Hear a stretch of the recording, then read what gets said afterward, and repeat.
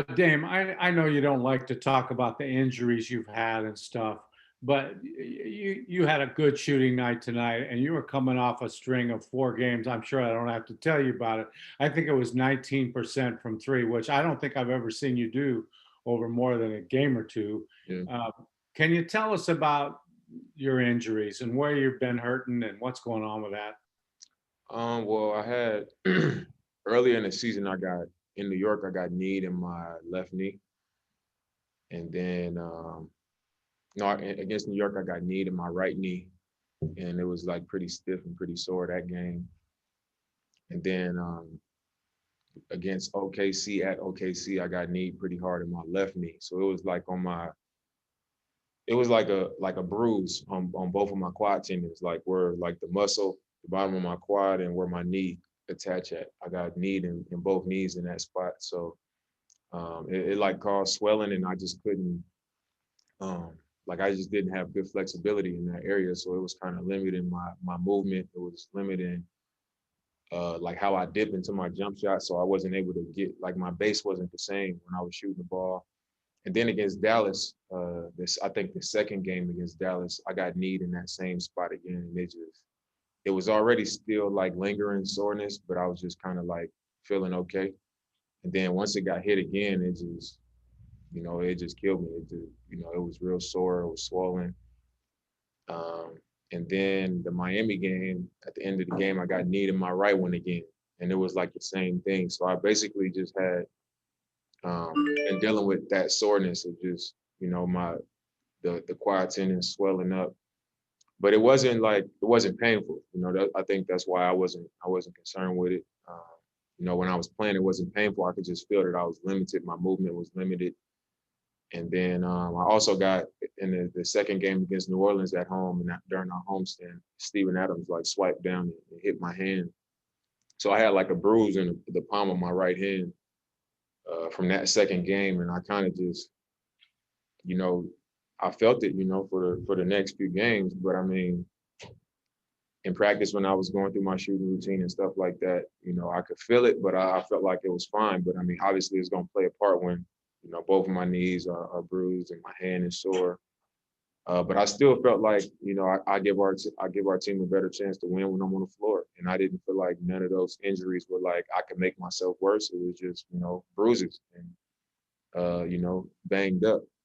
And I think the Orlando game, I had an opportunity to sit that game out, and it gave me a few days off. And when I came back out on the court during Toronto, I felt much better just with those few days. And then we had another 2 days off before tonight, and tonight I felt really good. So I've been playing with pads on my knees the last few games. And I'm starting to feel a little bit better. But as far as the shooting slump, I mean, it happens. I think when defenses are guarding you as hard as they guard me and giving you as much attention as teams give me, if I come out and my first couple shots don't go in, I know that I'm gonna find it eventually. But it's never like you're gonna come away and start getting easy looks because teams are coming out there to take me out. So um, sometimes it's a rough stretch shooting the ball, but um, regardless of how that goes, I know that when the important times and the important moments of games come, I'll be able to find a way to put it in the hole or get to the free throw line or have a positive impact on us winning the game. I've still been able to do that, and now I'm starting to feel a lot better physically. So But that's still, pretty much it. shooting from the distance you shoot from, the legs are a pretty important part of that Yeah, package. it is. It is. Next question's coming from Mark Medina with USA Today. Hey, Dame, good to see you. I got a random question here. I'm just trying to ask different teams on about fans. For you personally, do you have a favorite fan moment, whether it was a specific interaction with the fan or the atmosphere of a specific game? And if so, what was that moment?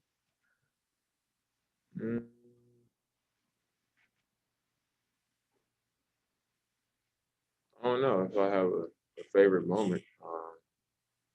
I just think about our playoff victories. Whenever, when we went to the Western Conference Finals. Just the energy that the fans had. I remember the series against Denver.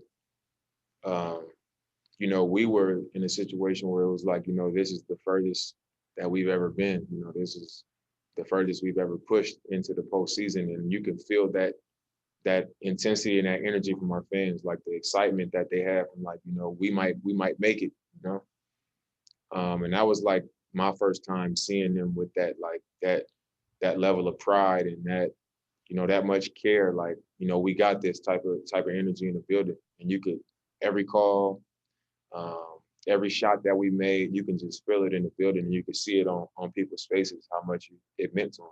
So like, I always think of that, and that's what, makes me want to get back to that, and push that line a little bit further. Casey Holdall, Trailblazers.com. Jake, you guys finished off March by going 11-4. Just your thoughts on where you guys are at right now. I know that you'd like to improve some things, but 11-4 is not bad. Winning 4 straight on the road, not bad. I think we finding a way to win games, which which is the most important thing. But the thing that I feel the best about is I feel like, regardless of what people say about our defense, it feels like it's improving. I think we've had a few dominant stretches on the defensive end without us playing great offensively. So it wasn't like our offense was going great, so we picked up our energy on defense. It was just like we sat down, we communicated, and we defended. And some pretty good stretches and some pretty close games.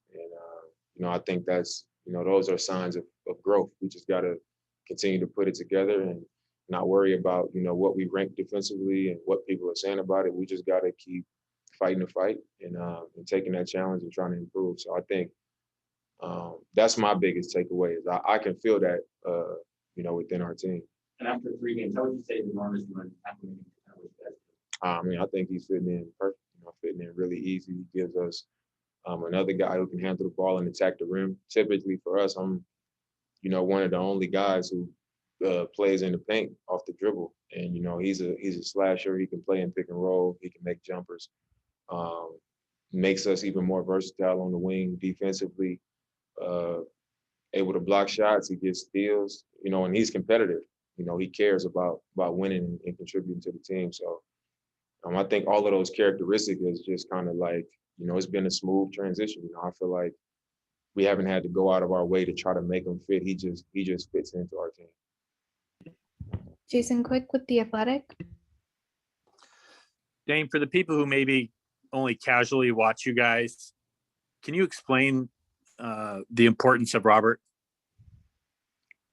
I mean, it's huge. I think his role on our team is like, we count on him to do a lot. When he's open, we want him to make threes, and we want him to guard 1 through 5. And he gets steals, he gets deflections, he gets rebounds, he probably leads our team in blocks. He just does a lot for us, and I think it's one of those things where it doesn't always show up on a stat sheet or it doesn't always jump off the page, but it's a lot of moments throughout the games where, he's getting his hands on the ball or he's getting a rebound or he's hitting a big 3 or he's getting a big block. He just has a presence on the floor, and I think he gives us something that we haven't had since I've been here. Like his style is very disruptive, and we just haven't had that since I've been here. I think it's a lot like how a Scottie Pippen was, just like, the length and the anticipation and how it seems easy. He'll just be standing still and then somebody will make a pass and he'll just break on it and tip it out of bounds, or he'll break on it, or he'll come back to the rim and, go vertical and just block somebody's shot and then come up with it. And then, he just has a knack for those plays. And I think it's similar to that. It's guys like Draymond Green do similar things to what he does. So, he's been great for us. And last questions coming from Orlando Sanchez with KGW TV. Yeah, Covington offensively too, his numbers this past month have been really good and have continued to improve. You guys won a lot of games this month, started it with a win streak, ended it with a win streak. What have you seen out of this team? What stands out to you about this 4-game win streak in particular as you guys move into the next month? We healthy. I think we got all of our guys back except Zach. But I feel like it feels like a complete team effort. You know, we're rotating guys in, everybody's doing their job, everybody's just contributing to the game. Guys are rebounding. You know, Ennis is not having to play extended minutes, so he's coming in and just giving us good minutes off the bench. We got Nurk back, another, you know, him being a playmaking big, more of a paint presence, and it's going to take time for him to get, you know, all the way back to himself. But his presence on the floor and his understanding of, you know, what his job is for the team, and then you bringing DJ in off the bench, and you know that's another guy who's been starting, so he's coming in playing against second unit guys, so he's going to be a little bit better. Ant had to play a lot of minutes and a lot of big moments, so now he's coming in, you know, 10, 12, 14 minutes, and he's giving us strong minutes, and then Melo's giving us strong minutes. So I think these last 4 games feel good because, you know, I feel like we're improving defensively, and it's been a complete team effort. You know, I just feel like we're complete right now, you know, and we still trending upward. So, you know, it was a good feeling to get these 4 on the road.